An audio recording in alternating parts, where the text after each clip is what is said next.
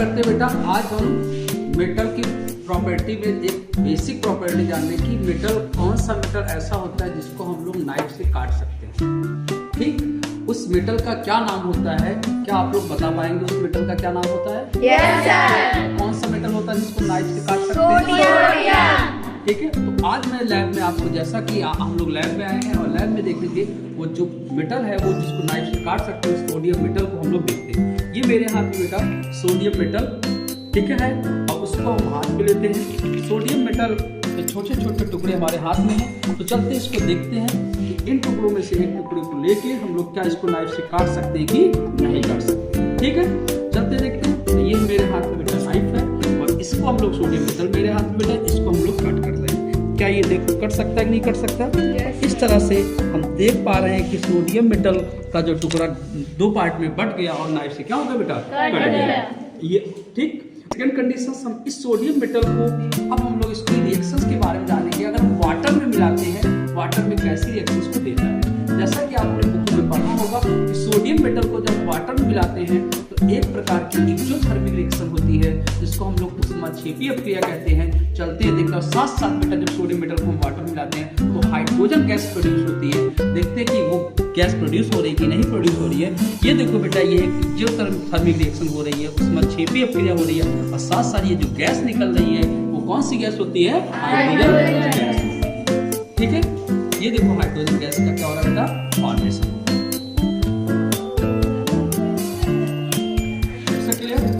ये बेटा देखो लगातार हाइड्रोजन गैस क्या हो रही है बेटा? प्रोड्यूस हो रही है। अब ये जो सॉल्यूशन मिला है बेटा वाटर में डालने के बाद, ये सॉल्यूशन कैसा होता है? तो हम लोग लेते हैं बेटा इस सॉल्यूशन को, ये एसिड है कि बेस है, इसकी पहचान करते हैं। तो हम लोग बेटा मेरे हाथ में हम लोग लेते हैं यहाँ पर फिनोल्फथलीन। क्या लिए बेटा? फिनोल्फथलीन। अगर बेटा फिनोल्फथलीन को बेस में डालते अगर पिंक कलर आ जाता है तो बेटा वो बेस है, नहीं तो नहीं है।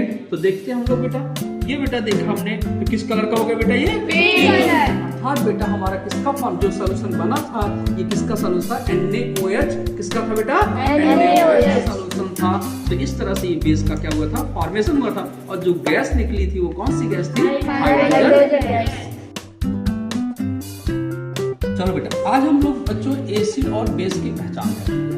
तो हमारे हाथ में बेटा हम एसिड और बेस ले रखे हैं, इसमें कौन सा एसिड है कौन सा बेस है, इसकी पहचान करने के लिए हम किसका उपयोग करेंगे बेटा? किसकी सहायता लेंगे? सूचक का। किसकी सहायता लेंगे? सूचक का। सूचक जैसा कि जानते हो बेटा, लिटमस पेपर होता है, फिनोल्फथलीन होता है और मेथिल ऑरेंज होता है। तो हम जो सूचक लेने जा रहे हैं किस बेटा एसिड और बेस की पहचान करने के लिए, वह लेंगे बेटा फिनोल्फथलीन। क्या लेंगे बेटा? फिनोल्फथलीन। सबसे पहले फिनोल्फथलीन को हम बेटा, ये मेरे हाथ में क्या है? इसमें फिनोल्फथलीन है। और फिनोल्फथलीन को बेटा हम फर्स्ट बीकर में इस पे डाल रहे हैं। बीकर में जब फिनोल्फथलीन को डाले, देखा कि हमने इसमें कोई कलर चेंज नहीं हुआ, ये कलर लेस ही है। तो इससे ये निष्कर्ष निकलता है कि क्या है बेटा? कि ये क्या है? एसिड है। क्या है बेटा? एसिड। चलते हैं बीकर को लेते हैं, दूसरे बीकर में फिनोल्फथलीन को डालते हैं। अब जैसा कि हमने देखा कि फिनोल्फथलीन का कलर कैसा हो गया? पिंक कलर हो गया। अर्थात ये बेटा दूसरे बीकर में हमने क्या लिया था? बेस लिया था। क्या लिया था? बेस। तो इस तरह से हम फिनोल्फथलीन सूचक की सहायता से एसिड और बेस की हमने क्या किया बेटा? पहचान। ठीक है, समझ में आया बेटा कि नहीं है? Yes sir.